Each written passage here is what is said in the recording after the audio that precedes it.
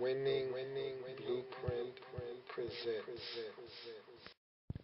5 NFL franchises decided to turn their teams over to rookie quarterbacks in 2012, an unprecedented number thus far. So as they embark on their rookie campaigns, we will follow.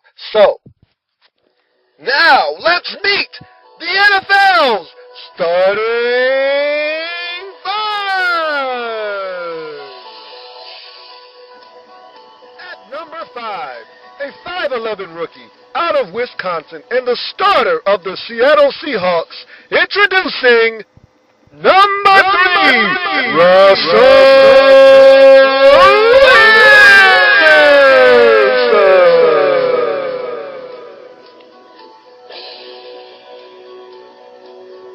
Number 4, a 6'3 rookie from Oklahoma State and the starter of the Cleveland Browns. Give it up for number 3, Brandon Weeden.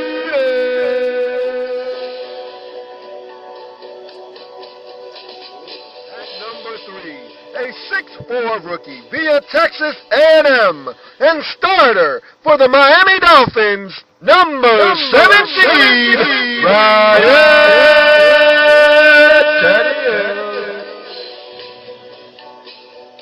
At number 2, a 6'2 rookie and second overall draft pick in the 2012 NFL Draft by way of Baylor and the starter of the Washington Redskins, welcome, number 10, Robert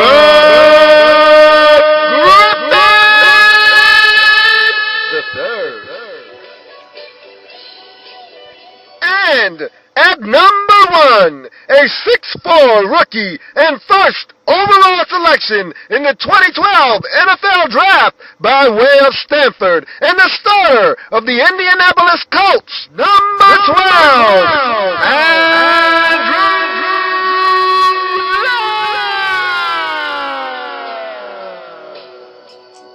This is your starting 5. Welcome. This is the NFL's starting 5. I'm your host, Lou. Thank you for joining me. And it was a pretty successful week for the starting 5. They had some ups and downs, suffered some bumps and bruises. But overall, the starting 5 was able to have a winning record for the week at 3-2. The 3 wins coming from quarterbacks Brandon Weeden, Ryan Tannehill, who did not finish the football game, nonetheless started the game, so he gets the win. His team was able to come away with the victory. And rounding out the winners for the week was Andrew Luck with a huge win on the road, his first of his career, as the starter of the Indianapolis Colts as they went on the road against division rivals, the Tennessee Titans. On the losing end, on week 8 of the National Football League, were rookie quarterbacks Russell Wilson, who dropped a heartbreaker to the Detroit Lions on the road, and Robert Griffin III, who had his worst showing as a quarterback in the National Football League against the Pittsburgh Steelers on the road. So let's get into each member of the starting 5 and analyze their game on Sunday and talk about how their outcomes came to be, and talk about their numbers in the game, and talk about what is on the horizon for these quarterbacks as they move on into week 9 of the National Football League season. So, first up is our starting quarterback number 5, Russell Wilson. He traveled last week to Detroit for his second consecutive road game, and they started out this game very well. They jumped out to a 17-7 lead in this football game, and they had all the momentum. And I thought that Russell Wilson, despite throwing 1 interception in this game, thought he played very well in this football game. His numbers read as such: 25 of 35 for 236 yards, 2 touchdowns, 1 interception. Now, I'll tell you what, that might have been his biggest output in terms of number of attempts for this season. The Seattle Seahawks don't ask him to throw the football that often, which is a good thing, especially if you're a rookie quarterback. The less you have to do, the better. You want to be able to come along gradually, see the league, and learn how to make adjustments to what you see. And the best way to go about that is to get little bits and pieces at a time. When they just throw everything on your plate and say, here's everything, figure it out. It's tough to learn on the fly. When they spoon feed you, here's a little bit of the playbook.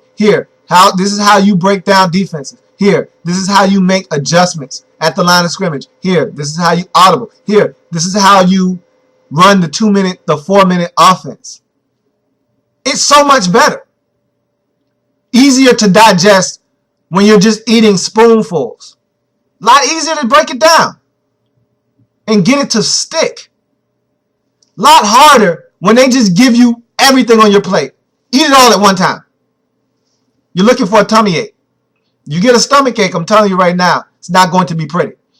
And so they've been bringing Russell Wilson along the best, I think, of all quarterbacks in the starting five. Really think that his maturation within this offense is only going to get better. And as it gets better, this Seattle Seahawks team is going to be that much more dangerous. And I thought he played really well on Sunday against the Detroit Lions on the road. And I thought that the turning point in this football game was not the play that the Lions made or the Seahawks made, but the play that the Seahawks did not make. Russell Wilson, who I think out of the starting five throws the best deep ball, laid one out beautifully for Sidney Rice at a time when they really needed a play. They were leading in this football game 17-14, but the momentum was starting to turn in the favor of the Detroit Lions. They had just scored a touchdown. The crowd was getting back into the football game, and they knew if they could get a stop and get the football back to their offense, they could go down and score and take the lead for the first time in the game. And that's exactly what happened. They got to stop because Sidney Rice dropped the perfectly thrown deep ball from Russell Wilson that would have landed them in the red zone of the Detroit Lions. They would have been in the red zone looking to score points. And at that juncture in the game, that's exactly what Seattle needed. A big play to quiet the crowd and kind of reset this game back in the favor of the Seattle Seahawks. They get points, whether it's just a field goal or they get a big touchdown in that game. We're talking about a whole different outcome in this ball game, potentially. Instead, Sidney Rice drops the football. They have to punt, and the history writes it as a loss for the Seattle Seahawks in this football game.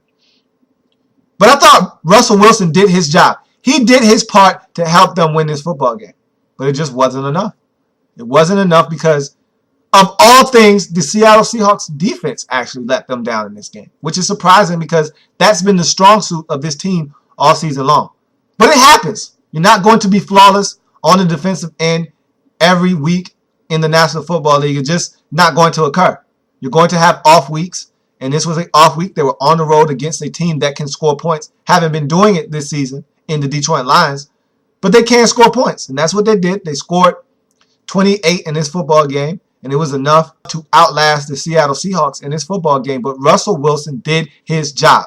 25 of 35, 236 yards, 2 touchdowns, 1 interception. He did his job to help his football team win. They just didn't get it done in the other areas in this game, and it cost them. So Russell Wilson and the Seattle Seahawks fall to 4-4 on the season, and they're finally going back home, a place that they haven't lost all season long. Home, sweet home is what the Seattle Seahawks are saying. Good to be back home, and Russell Wilson is undefeated as a quarterback in the National Football League at home. And so he can't wait to go back in the friendly confines of CenturyLink Field to get in front of those crazy fans, that 12th man, and try to get a win. This week, they're taking on the Minnesota Vikings.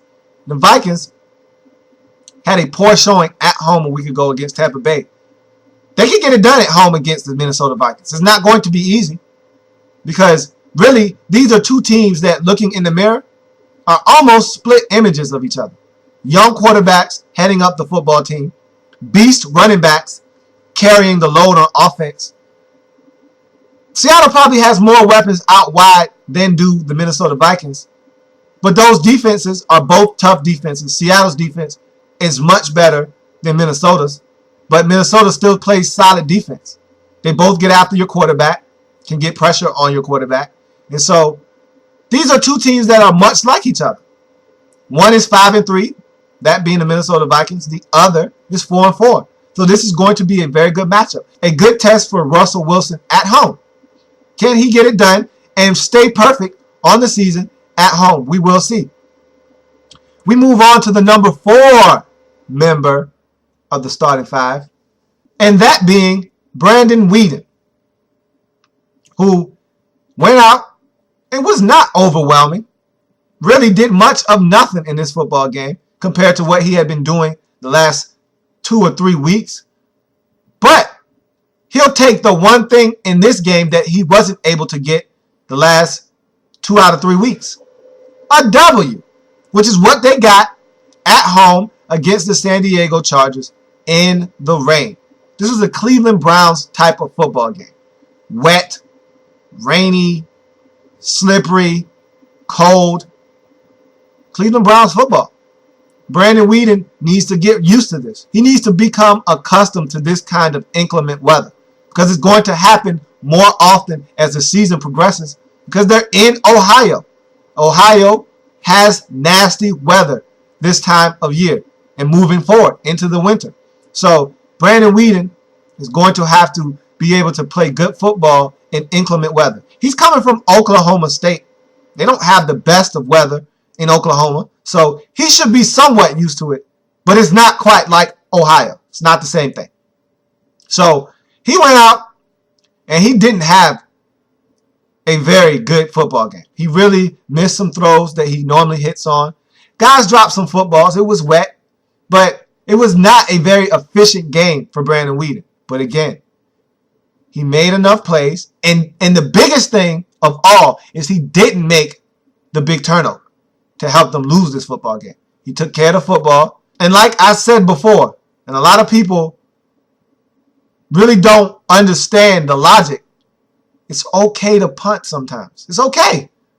You much rather punt the football than turn it over. And that's what Brandon Weeden did in this game. He didn't complete a lot of passes, wasn't very efficient, didn't take his team down the field very often, but he didn't turn the football over. And when your defense is playing as good as that Cleveland Browns defense was playing on Sunday against the San Diego Chargers, you don't need to do anything extraordinary, or at least try to, and turn the football over and put your defense and your team in a very difficult situation. And he didn't do that. He was 11 of 27 for 129 yards. No touchdowns, but no interceptions. And that proved to be the difference. They won this football game 7-6. Yeah, 7-6. Don't see that often in the National Football League anymore. But it happens. You get a little bit of rain, a slick track, a little bit of cold weather. And guys aren't really used to that. The San Diego Chargers are from San Diego, California. They're used to palm trees, sunny breeze, and really nice 75-degree weather. That's what they're comfortable in.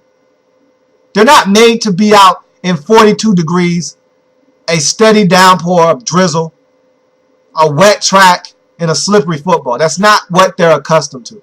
And it showed in this game, and they were able to get the win. Brandon Weeden was not able to really connect on the deep ball, and he's been doing that of late, especially with Josh Gordon.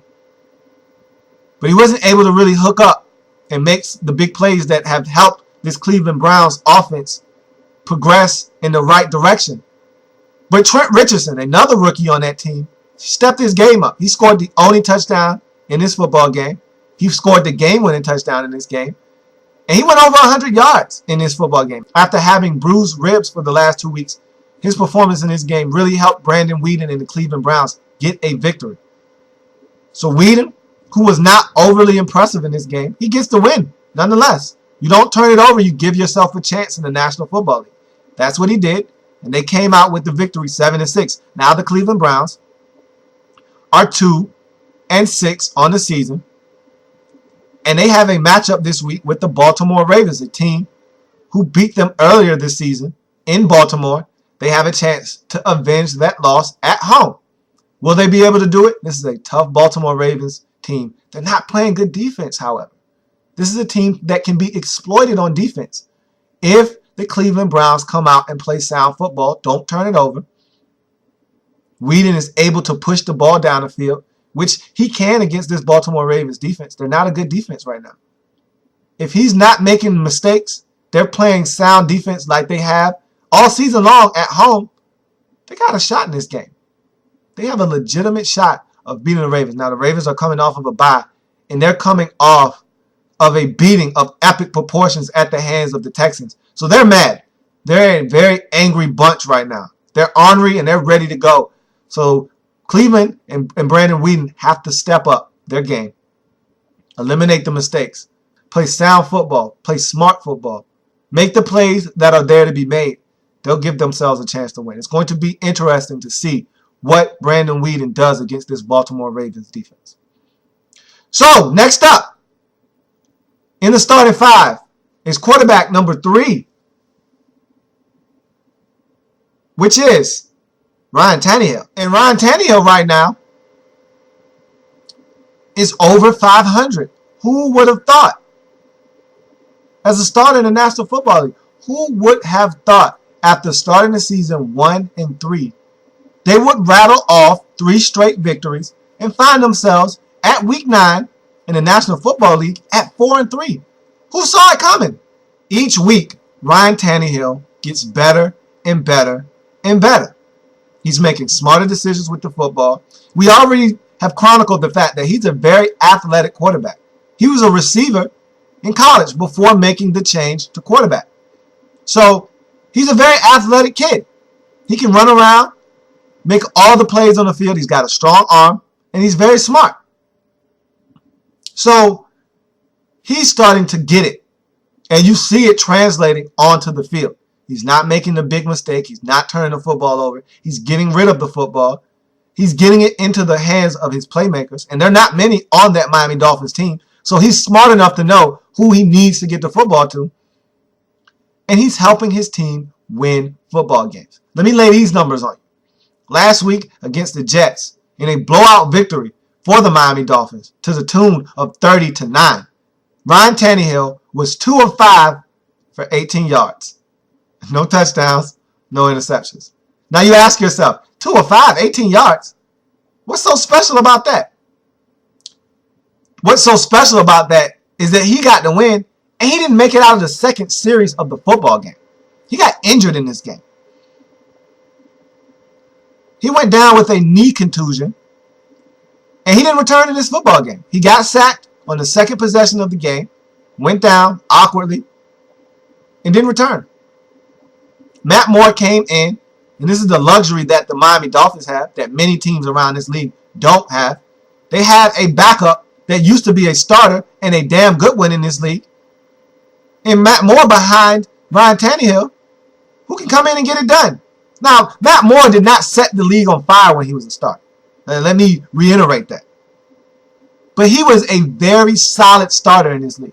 One that could get the ball out of his hands and give his team a chance to win. I like Matt Moore. I like him a lot. And he came in the game. He picked right up where Ryan Tannehill left off. Not turning the football over, making sound decisions with the football, and hitting guys when they're open and allowing them to make plays. That's what they did in this football game. They took it to the Jets, who decided they were going to turn the ball over, not give themselves a chance in this game. And really, from start to finish, the Dolphins dominated this football game. On special teams, they blocked a field goal. They kicked the onside kick and recovered it. They blocked a punt for a touchdown. They did it all on special teams. Then the offense just augmented what the special teams unit was doing. And the defense just said, hey, if you guys are going to spot us this many points, we're just going to play solid football and not allow the Jets to do anything. And that's what they did in this game. And so the Dolphins are 4-3 on the season. Ryan Tannehill really didn't have much to do with the win this week. But he is much a part of this confidence that the Dolphins are beginning to exude. And it all starts with Ryan Tannehill. When you don't have a quarterback in the National Football League, you don't have a chance. When you have a quarterback, it makes all the difference in the world. All of a sudden, flowers that weren't growing, that were shut, all of a sudden now they're blooming, they're budding. They're beautiful, fully bloomed, blossomed flowers. Everything looks brighter when you have a quarterback. And the outlook of this season for the Miami Dolphins looks so much brighter than the opening day of this season. Because they didn't know what they had. They had an unknown commodity at quarterback position. They didn't know what they had. Now they feel like they have a winner at quarterback. Now they feel like they have a shot. Each and every week, Ryan Tannehill suits up, laces his cleats up, and steps on the football field. And he got injured last week. So whether he was going to play this week or not was up in the air. He's took every single rep in practice this week. So there's no doubt that he's going to start this week for the Miami Dolphins. So rest assured, he will be on the field. Now, will he finish the game? That's another question. We will see. But nonetheless, Ryan Tannehill is only one of two QBs in the starting five that can make the claim that we are over 500. He's one of two. And we'll get to that other quarterback in the starting five that has his team up over 500 at the middle point of the season in a bit. But as for Ryan Tannehill, they get the job done on the road against the Jets, avenging an early season loss to this Jets football team that I thought they should have beaten earlier on at home in the regular season. But they didn't. They go on the road to New Jersey, to MetLife Stadium, and get a big win, 30-9 on the road. Ryan Tannehill does not finish the game. He doesn't even finish the first quarter. But they get the win. He's back. He's going to play this week against, wouldn't you know it, the Indianapolis Colts, who are playing good football of late. And so this is going to be the second matchup that pits two members of the starting five against each other on the season. The first being Brandon Weeden taking on Andrew Luck. Andrew Luck getting the best of Brandon Weeden and the Cleveland Browns in that matchup. So Andrew Luck, for the second time this season, is going to be going into battle and partaking in some starting 5-on-5 crime. Let's see who comes out the victor in this one. We have two teams. I'm going to give away my little tease now. We have two teams going into this game up over 500 at 4-3 on the season. Two members of the starting five are going to be in this game, and they're going to be squaring off for the right to move to 5-3 on the season. Who would have thought it? Two members of the starting five at 4-3 with a chance to go to 5-3 on the season. Who would have thought it? If anyone on this list would have been in this position, say maybe 3 weeks ago, it would have been the Seahawks. Maybe the Redskins. Maybe Robert Griffin III and the Redskins. Maybe Russell Wilson and the Seattle Seahawks. Not Ryan Tannehill and the Dolphins. Not Andrew Luck and the Indianapolis Colts. But that's exactly what we have on our hands coming up in Week 9. So, we move on to the number 2 member of the starting five. And that's going to be Robert Griffin III. Now, he had his poorest showing as an NFL quarterback to date on Sunday against the Pittsburgh Steelers. Now, going into this game, we knew the Steelers was going to be his toughest test. We said that on this program just a week ago, that the Steelers were going to pose the biggest threat to Robert Griffin III thus far in his young NFL career. But we also thought that Robert Griffin III and this Redskins offense was going to be able to rise to the occasion and score points and move the football against this Pittsburgh Steelers defense that's really not been that dominant this season. Yet, they got into this football game and they never really got it going offensively in this football game. We know that the Redskins defense is terrible. They can't stop anybody. And so the Steelers really set the tempo early on by marching right up and down the field, scoring points, which put pressure on this Redskins offense to have to get it done, to have to score points, to have to sustain drives. They didn't do a good job of that. I mean, the first drive of the game for Robert Griffin III and the Redskins was pretty telling of how this day was going to go. They gained 9 yards on first down and proceeded to lose yardage on the next 2 plays and had to punt. Anytime you find yourself in 2nd and 1 and can't get a first down and have to punt on those series of downs, that says a lot about your football team. It says a lot about the inability to execute when you can't pick up 1 yard and get a first down. And that's how this day went for the Redskins. Poor execution on the part of the offense, not catching the football, not avoiding penalties, and just not playing smart football. Now, some of the play calling can be argued, but it doesn't matter. The Redskins did not execute on the field and did not give themselves a chance to win. And so Robert Griffin III, in his worst game to date in the National Football League, got a loss. 27-12 against the Pittsburgh Steelers, dropping him to 3-5 on the season. Honestly, although this was his worst showing to this point in his career, he did not perform that poorly. If you watch the game, his receivers dropped a lot of footballs. Now, some of those, granted, were not great throws. He could have thrown the football better in this game. But all in all, 7 of those 11 drops that his team had and were credited for in this game were catches that they should have made. Maybe 4 of them were behind them, and with the rain and the slick football, aren't the most easiest catches to make. And these aren't ideal situations that you want to put your players in. You want them to have the ball in the easiest position to catch it, especially when the elements are not in your favor. And so this was not a good game for Robert Griffin III, who went 16 of 34 for 177 yards, 1 touchdown, no interceptions. He played a pretty solid football game. The numbers don't bear that out. But again, you add 7 completions to his numbers. The Redskins were credited with 11 drops in this game. Let's say he gets 7 of those drops. Turn those into completions. We're talking about 23 of 34 for well over 200 yards and maybe another score. So who knows what the outcome would have been? Who knows what his stat line would have been? But again, we don't play the what if game because that's not what happened. We deal with reality. We deal with facts. And what the fact of the matter is that they didn't get it done on Sunday. Robert Griffin III did not get it done on Sunday, and the Redskins lost. And for a guy that has been extremely accurate this season, with a passer rating up over 100, which has now dipped below 100 after this showing, had a completion percentage over 70, which has dipped below 70 after this game. He didn't even complete 50% of his passes in this game. This was an outlier game. This was a game that was not indicative of what Robert Griffin III has been thus far in the National Football League. So they look to bounce back this week. They go home after being on the road for the last 2 weeks. Robert Griffin III and the Washington Redskins are playing at home at FedEx Field, a place that really hasn't been that welcoming to them. They've only been able to notch 1 victory at home this season. They're 1-2 on the season at home. So they're trying to find a way to get it done at home after starting the season 0-2 at home.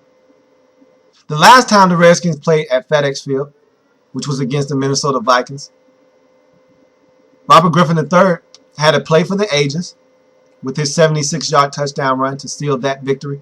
And they also ended an 8-game losing skid at home. And so now they look to build upon that win that they got at FedEx Field the last time they played there 3 weeks ago.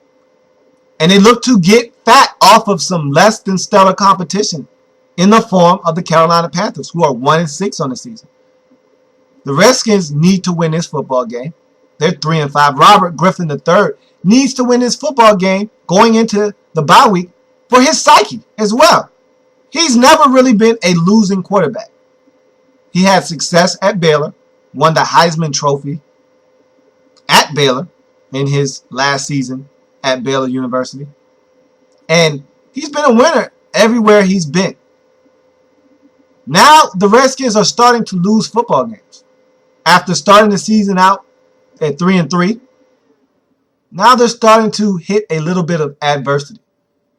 The Redskins are 2 games under 500 for the first time this season. And if they can't beat the Carolina Panthers going into their bye week, this season is probably going to spiral out of control for Robert Griffin III and the Washington Redskins. So this is a big game for them. This is a must-win football game for Robert Griffin III and the Washington Redskins. Robert Griffin III has played well enough to have a winning record right now, but the defense of the Washington Redskins has not done their part. And so Robert Griffin III and this offense must get on track against the Carolina Panthers to have any chance of winning this football game. And I think Robert Griffin III will bounce back. Again, a lot of what happened a week ago against the Steelers wasn't his own doing. He did not get help from his supporting cast, and he can't do it by himself. So he drops to 3-5 on the season after losing to the Steelers 27-12.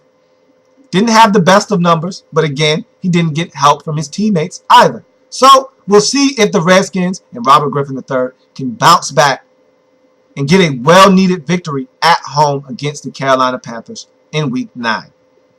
So finally, we find ourselves with our number one quarterback on the starting five.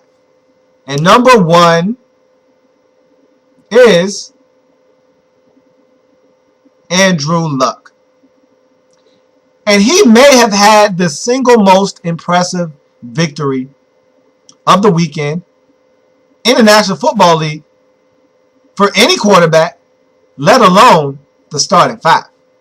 He went into Tennessee on the road in the division and got his first ever road victory. The Colts have not won on the road in over a season. They didn't win a road game all last year. There are 2 victories coming at home a year ago. They haven't won on the road up until this game, at this point, this season either. And so they were riding about a good 10 or 11 game slide on the road.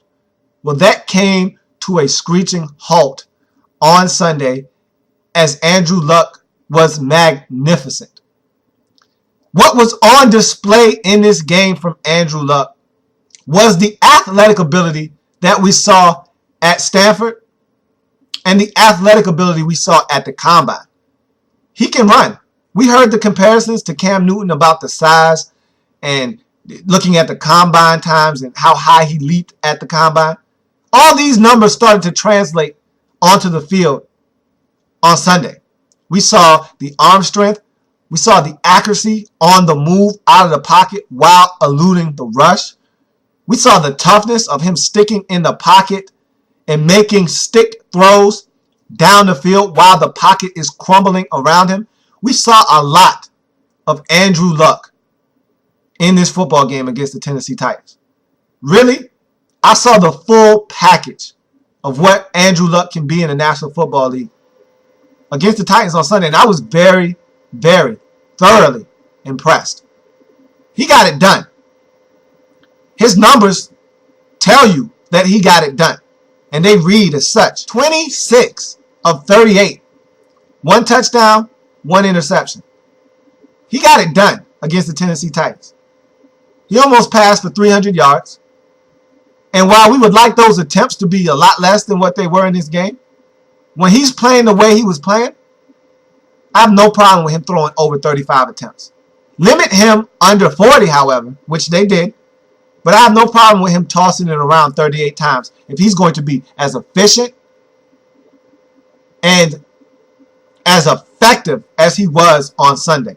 Very impressed with what I saw from Andrew Luck. And he took his team down the field at the end of the football game in the fourth quarter when they needed a score the most and got a touchdown to tie that football game up. He took his team in overtime when they got the ball first. Got a game-winning touchdown. Didn't allow the Tennessee Titans to touch the football in overtime. He went and got a touchdown and ended the football game. And that's the thing that I'm most impressed with Andrew Luck, is the fact that when the game is at its most crucial point, he plays his best football. We saw it against the Packers when they beat the Packers at home about 3 weeks ago. And we saw it again on Sunday against the Tennessee Titans. When they had to have it in the fourth quarter, game kind of winding down, they need a touchdown. Andrew Luck gets it done. Had a couple of critical third and fourth down situations on that drive. Was able to get it done.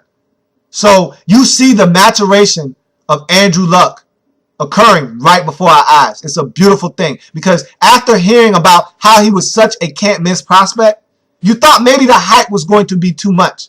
Maybe he wasn't going to be able to live up to what we have set as a standard for Andrew Luck. I find that to not be the case. In fact, I find Andrew Luck to have lived up to and possibly exceed those expectations with the way he's playing on the football field.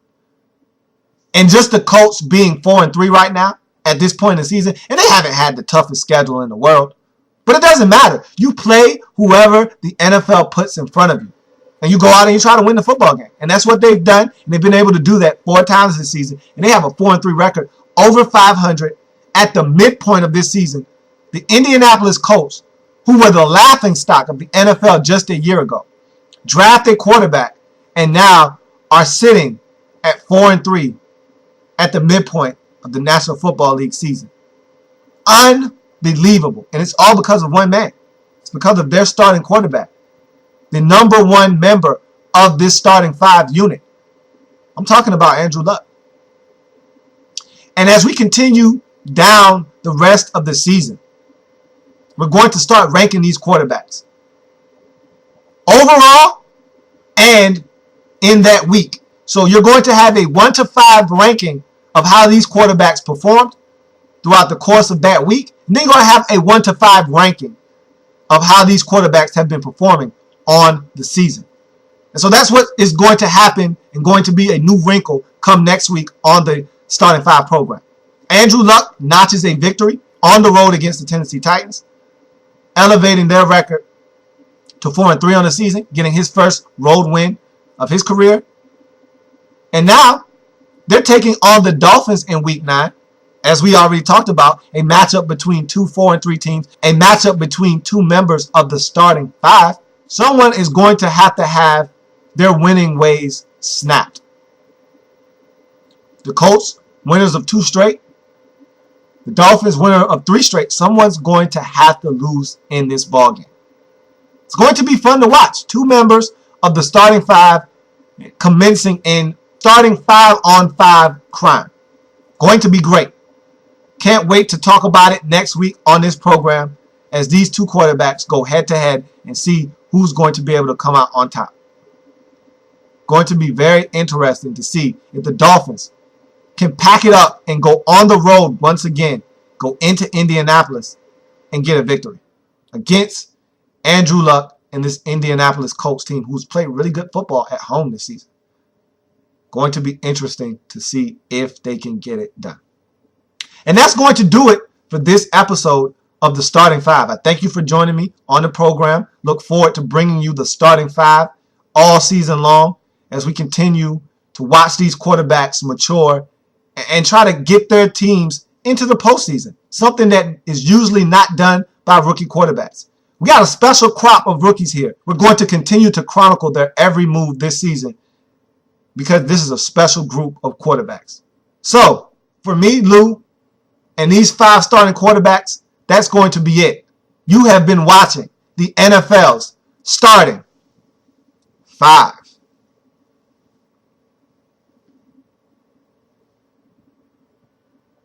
Have a good one. This is your Starting